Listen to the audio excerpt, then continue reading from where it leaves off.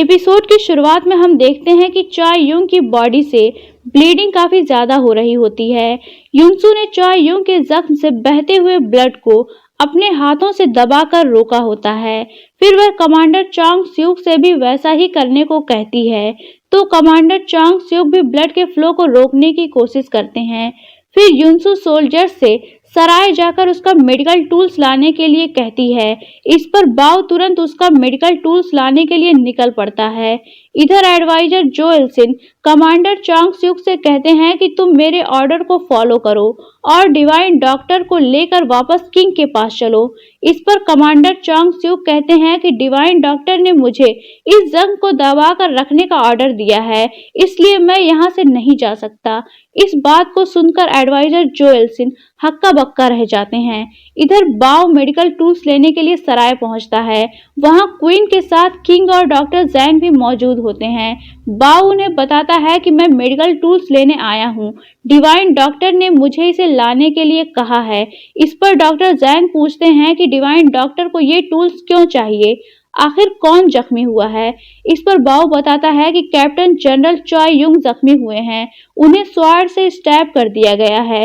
ये सुनकर किंग गॉन्गमैन पूछते हैं कि क्या उसने मेरा ऑर्डर मानने से इनकार किया था, इसलिए उसे सोल्जर्स ने मारा है। इस पर बाव उन्हें बताता है कि कैप्टन ने आपका ऑर्डर फॉलो किया है, इसीलिए वो जिंदगी और मौत से लड़ रहे हैं।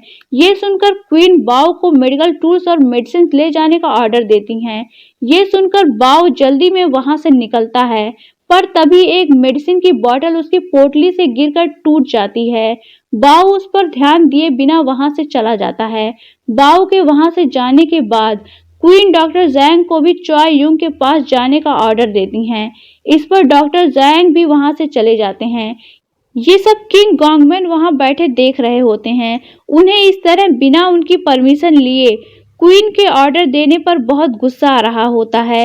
नेक्स्ट सीन में युनसू चॉय यूंग को फर्स्ट एड देकर सर्जरी के लिए वापस सराय लेकर आ रही होती है। वह चॉय यूंग की हार्ट बीट चेक करती है और उससे कहती है कि चाहे कुछ भी हो जाए, तुम्हें होश में रहना है, तुम्हें हिम्मत नहीं हारनी है। इस पर चॉय यूंग कहता है कि मैं बेहोश हो भी नहीं सकता, क्योंकि तुम मेरे सर पर ही इतनी जोर जोर से बोल रही हो। इस पर युनसू उसकी बात को नजरअंदाज करते हुए उसे ज्यादा हिलने डुलने से मना करती है। इस पर चॉय यूंग उससे कहता है कि अगर तुम सच में मेरा भला चाहती हो तो मुझे यहाँ छोड़कर चली जाओ।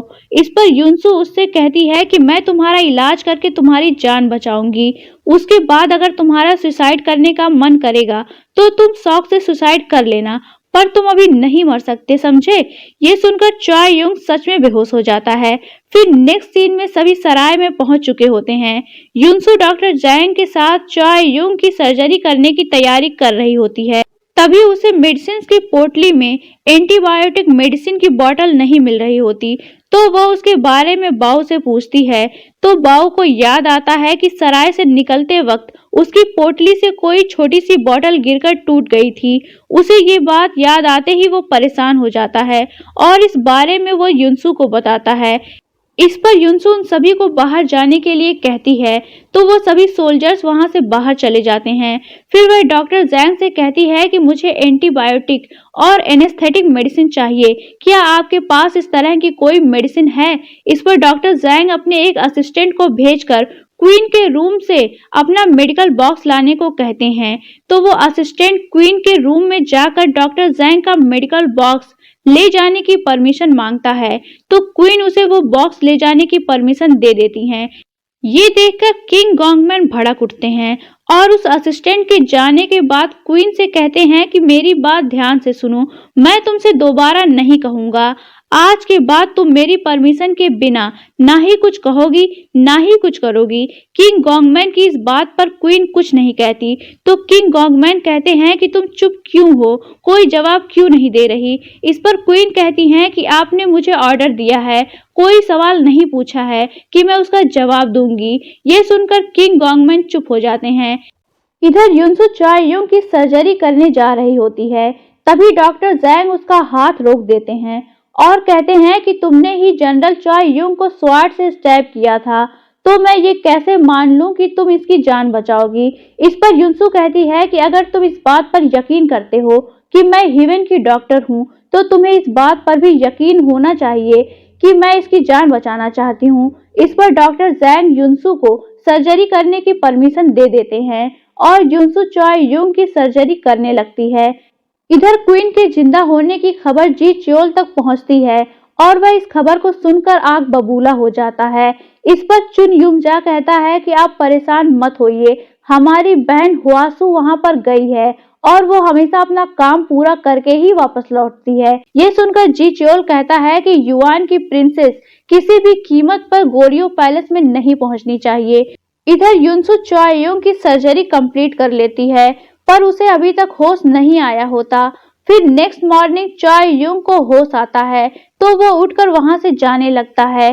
तभी पास की कुर्सी पर सो रही युनसू की नींद खुल जाती है और वो पास ही पड़ा हुआ एक चाकू उठाकर चॉय युंग को रोकने की कोशिश करती है। इस पर चॉय युंग उससे कहता है कि आखिर तुम करना क्या चाहती हो? पहले तो तुमने मुझे स्वॉर्ड से स्टैब किया, फिर पूरी रात जागकर मेरा इलाज किया और फिर वापस तुम मुझे चाकू मारने वाली हो। इस पर युनसू उससे कुछ नहीं कहती। तभी वहां बाऊ आता है और वो चॉय युंग को होश में देखकर खुश हो जाता है। चॉय युंग उससे पूछता है कि मैं कितनी देर तक बेहोश था, तो बाऊ उसे बताता है कि बस एक दिन। फिर चॉय युंग पूछता है कि क्या किंग पैलेस जाने के लिए निकल चुके हैं? इस पर बाऊ बताता है कि अभी किंग यही मौजूद हैं और उन्होंने कहा है कि जब आप होश में आ जाएंगे तो वो आपको साथ लेकर ही पैलेस जाएंगे। ये सुनकर चॉय युंग लड़खड़ाते हुए तुरंत अपने सोल्जर्स के पास आता है और उन्हें शिप अरेंज करने का ऑर्डर देता है।